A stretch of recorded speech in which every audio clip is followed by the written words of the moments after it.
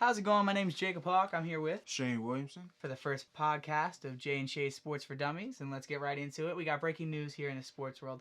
Just to update you, Jay and Shay Sports for Dummies, just to get you updated on all sports that you would see on ESPN, any type of app on your phone, just to keep you updated weekly on what's going on. Breaking news, we got Michael Bennett to the Cowboys. First thoughts, initial reactions.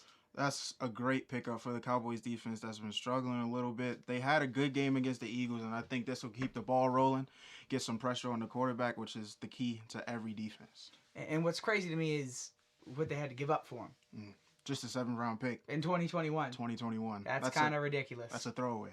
I mean, if I'm the Cowboys, I got away with a steal here, but if I'm Bill Belichick, I'm holding myself to a standard. Mm-hmm. So I think both sides necessarily won.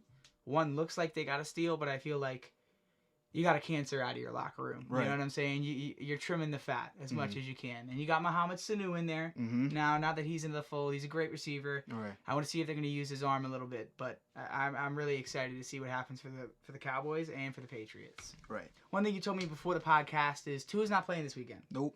Now, who do we think we're seeing? Spencer Rattler? Mac Jones. Mac Jones is okay. their backup. He played a little bit in the game last week against Ole Miss, and he didn't look too great, but they have Arkansas this week, so I don't foresee it being a problem, but if he's out for LSU versus Joe Burrow, it might get ugly. Yeah, I mean, like you said, they have Arkansas. So let's just give them that one. Right. Let's not focus That's on a the dub. future. Yeah, but That's a dub. Another interesting thing that happened, the NBA season started, if you were under a rock for the last couple days. The NBA season started, and Kyrie dropped 50 in his debut with the Nets. Now, the key words there, he dropped 50 in an overtime loss. Right. And that is ridiculous to me, that your team can't play with you enough to get a win after you've already put 50 points on the board. I mean, against the T-Wolves of all people. It bothers me that Wiggins is trying to turn into a volume shooter. Garbage. Because what was he, 10 for 27? Yes. That's ridiculous. You shouldn't be shooting at that clip. And Kyrie was amazing. You can't get mad at a player for stumbling. I mean, he got up, had a shot, and it just didn't fall in for him. It looked cool. Would have been the best game winner since probably his last one in the finals. I mean, yeah, all of us were rooting for it. It's just sad to not see it happen. Yeah, it was tough scene for the Nets. He probably should have had the go-ahead assist. Jared Allen got fouled. He missed both free throws. Going to overtime, you lose. It happens, but I'm excited to see the rest of this season. I think we have a lot more scoring outbursts coming from Kyrie with KD out all year. Yeah. Since we just got through our breaking news, we're going to start going through a couple topics. Just because we're just starting out with the podcast, we have 4 for you guys today, which would be NFL, NCAA Football, the MLB, and the NBA. And let's start out with the NFL. Biggest game of the week. What is it, Shayne? It's gotta be Browns-Patriots. Listen, the Browns have struggled coming into the year, but they do have the big win over the Ravens. They dropped 40 on that defense. I know they've been struggling this year, but no one else has dropped 40 on the Ravens. And they're still perhaps the most talented team in the AFC. So going into New England, coming off of a bye week, I think they'll be focused, and I think it'll be a really good game. Does Odell get shut down by Gilmore? Does it happen? It really depends on how Jarvis Landry is playing, because I think those two are always directly correlated. If Jarvis Landry is playing well, then you can't really give as much attention to Odell as you want to. And I think if he and Gilmore are on an island together, I don't think Gilmore wins more reps than Odell does. Yeah. But ultimately, you got the McCourty brothers back there balling out, though. Exactly. So you got to be very careful over the top. And he also needs Baker to throw him good balls and stop throwing the ball behind him every play. And for all the people getting on Baker, I mean, some of these interceptions have been off the hands of his receivers. Very true. I am a Bengals fan, so I'm never somebody to shy off making fun of Baker Mayfield. Me neither. Shayne's a Ravens fan, sadly. This is an AFC North podcast. Yeah, but I don't see the Browns pulling this one out. Nah. But it is a very important game for both of these teams. Yeah, I think that'll make it interesting, though. It'll be a fun one. All right, let's get to predictions tonight. I don't know if they're playing in Washington, but I know Vikings and Redskins play tonight. Mm-hmm. Are they playing in Washington? I believe so. Yes, and I'm ready to see such a happy return. Yeah. You know, I don't see the Redskins fans being hateful towards Kirk Cousins. I'd understand why, but what did he do for him? You know what I'm saying? Right. I can give you a bold prediction here and say that McLaurin's going to score a touchdown, but he's been doing that every single weekend, so that's not bold. He's a baller. Yeah, I definitely got the Vikings 34-17 in this one. What are you picking? Yeah, I think they win big. It's also a reunion for Case Keenum in the Vikings as well. Perhaps their best season since Brett Favre last year in the league. I think the Vikings take it 35-10. I don't see the Redskins providing much of a challenge on either side of the ball. All right, we got Joe Flacco versus Jacoby Brissett. Colts versus Broncos. I'm not even going to waste time giving you a score. The Colts are going to win this football game. Yeah, domination. It's just not worth my time. Especially in Indy. Yep. So, and then you have, if it's in Indy, then they're playing in Minnesota. Correct? Yes. Okay. And that was the Minnesota-Washington game. Then you have Tampa Bay and Tennessee. Tannehill starting. Mm-hmm. Give me Tampa Bay. I don't know. He looked good last week. He looked really good last week, but that's kind of been the story of his career. He looks really good one week, and then the next week is kind of like, what is this the same guy who played last week? So I think Jameis Winston plays well, and they kick a field goal to win at the buzzer. At the buzzer? Yeah, or adjacent to the buzzer. Okay. Arizona, New Orleans. Mm-hmm. Who you got? Give me the Saints. It's an interesting challenge for Kyler Murray. Saints have one of the best defenses in the league. I think that's being overshadowed a little bit. And Drew Brees he publicly stated earlier this week that he plans on playing this week. So I don't really think that the Cardinals have much of a chance, but I'm excited to see Kyler try to navigate this defense. Probably the best one he's played all year.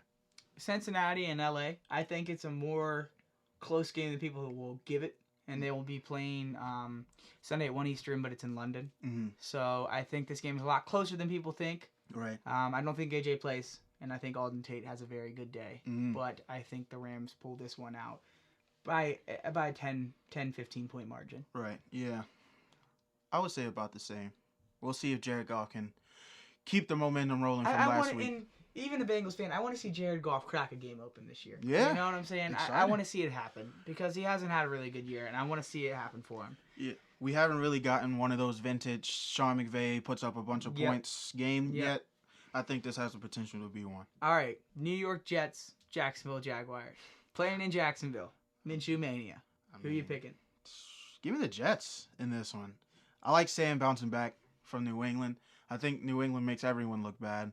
And the Jags traded Jalen Ramsey. Defense not as good as it was.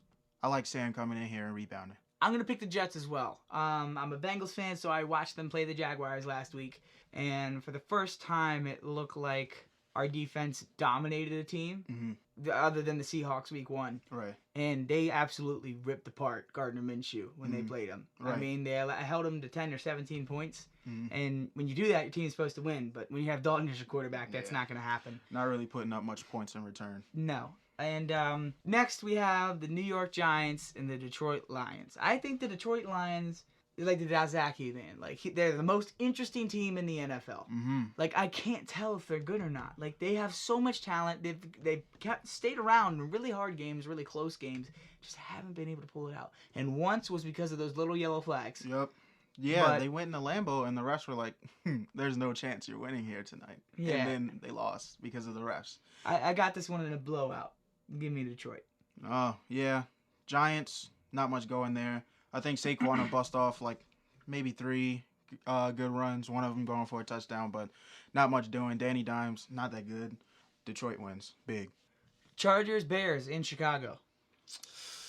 Man, I was pretty high on the Chargers this year because of how good they were last year, and it hasn't really been panning out for them this year. But Mitch Trubisky, I'm not really confident picking him over Phillip Rivers as it stands today. So give me Chargers. And now we have the Eagles at Buffalo. Let's just try to do these a little quicker so we can keep moving on. Just quick hits. Eagles, Buffalo. Who you got? Eagles. Give me Buffalo.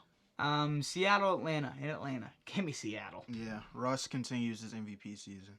Carolina at San Francisco. My upset of the week. Give me Carolina. 49ers. They're going to be all over Kyle Allen.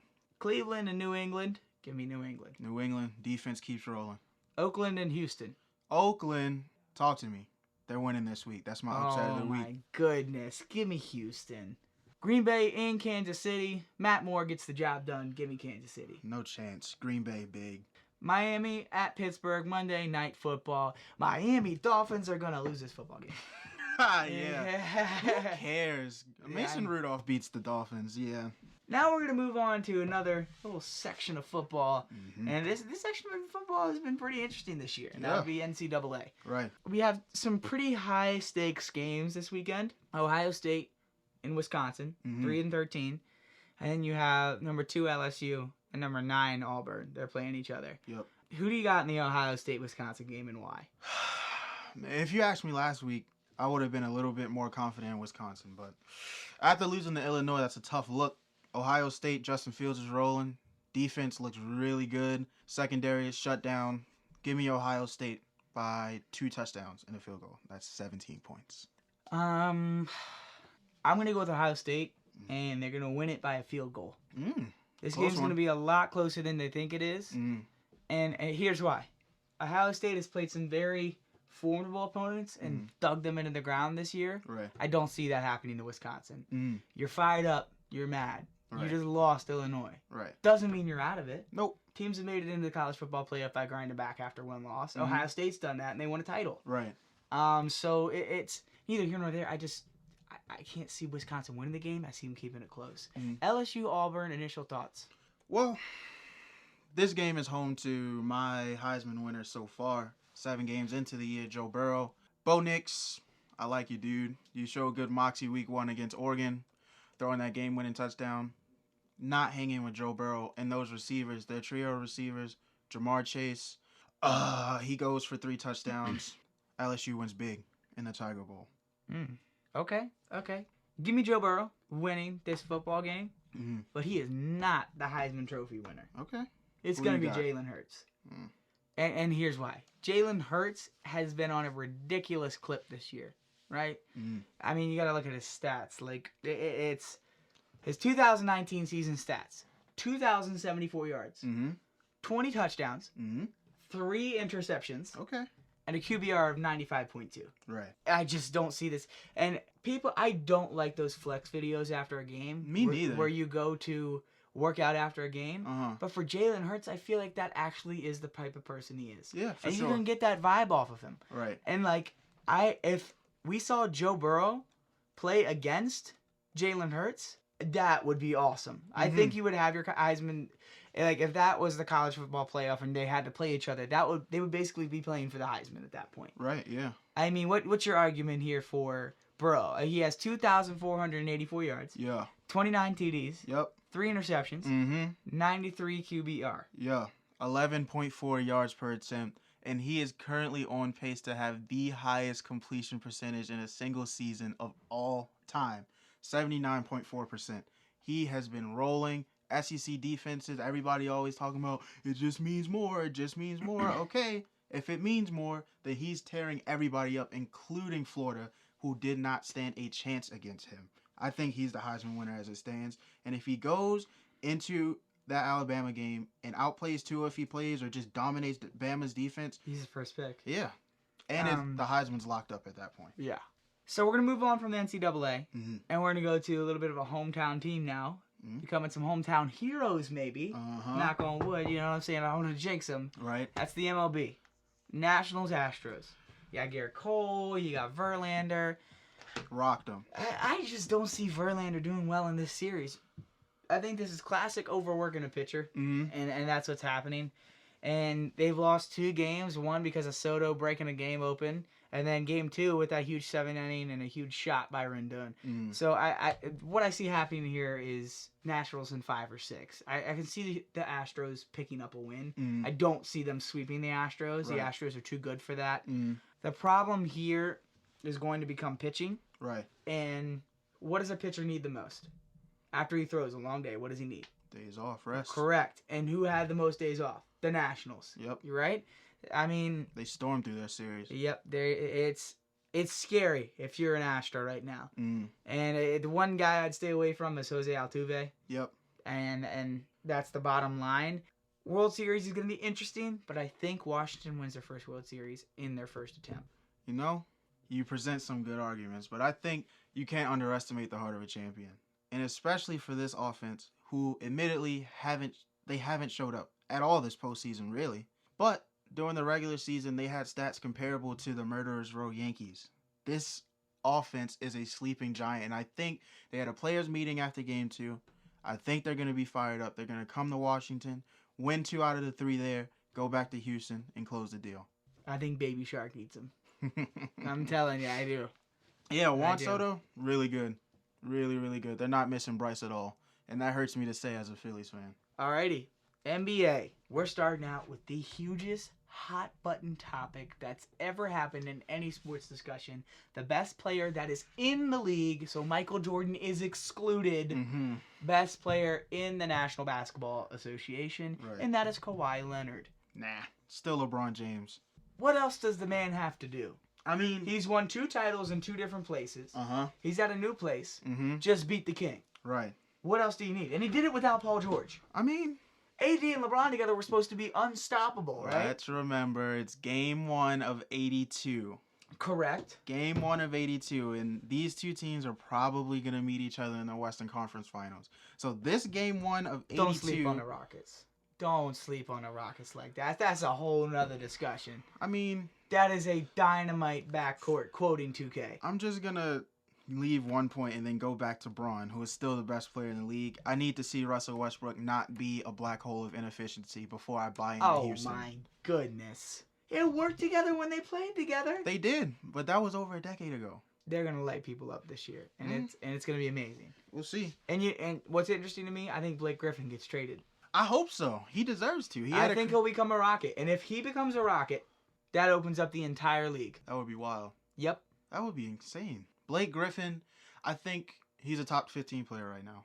Yep. Had a career year last year. Not the dunking machine he used to be, so he's not really getting that much hype as he used to when he was in his prime, quote unquote, with the Clippers.